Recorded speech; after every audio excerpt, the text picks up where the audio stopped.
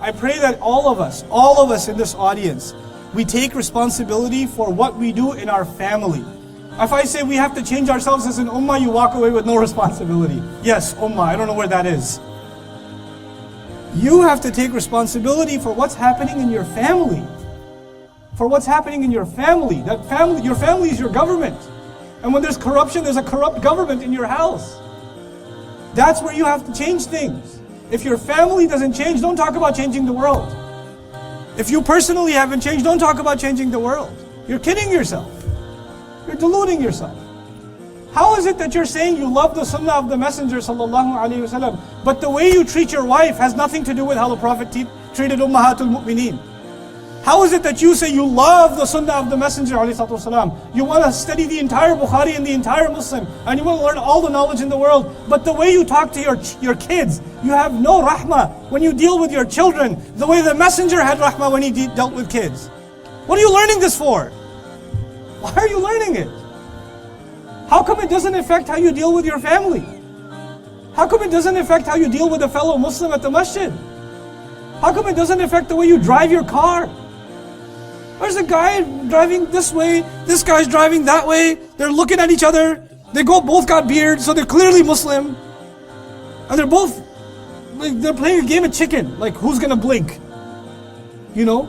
And you say, could you please give me a second? And you say, yeah, I'll give you a second. What happened to the يُؤْثِرُونَ عَلَىٰ أَنفُسِهِمْ? They give preference to others over themselves. This is easy, guys. This is easy. Allah is not asking us for big things. Small changes in our family life, in our personal life, in our mannerisms with others. I come to the Muslim world, first thing I notice, lack of courtesy. It's the first thing I notice. Lack of courtesy.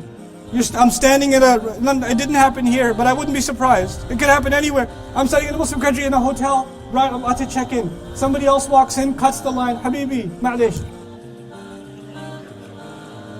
This will never happen in Australia, this will never happen in England, this will never happen in America, this will never happen it'll happen in the Muslim world though. It'll happen here.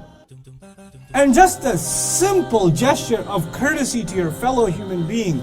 If we can't even do that, how are we talking about the sunnah of the most respectful, the most noble human being that ever lived? What kind of example are we? The non-Muslims who live in this country, and there are lots of them. What example do they see of the Muslims? What have they seen from the Muslims? Think about that for yourself. What kind of behavior do they observe? When they see the behavior of the Muslims, does it make them want to be Muslim? Does it make them want to say, these people are so kind, so courteous, so patient, so respectful, so controlling of their tongue, so controlling of their eyes. They have so much love in their families. Man, what do they have? Oh, they have this thing called the sunnah of their messenger. Well, I want some of that. Can I have that? Yeah, you got to be Muslim.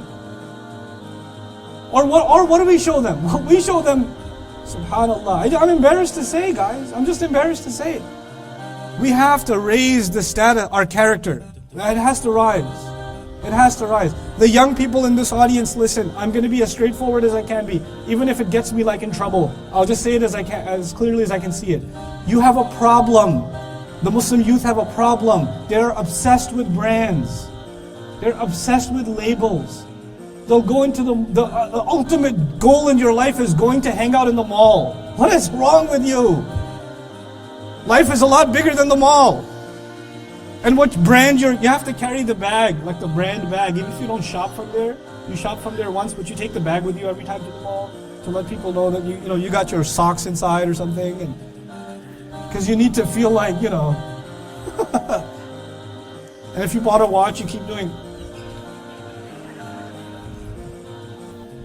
Is this what we've reduced ourselves to? Is this what brings you nobility? Is this what brings you respect?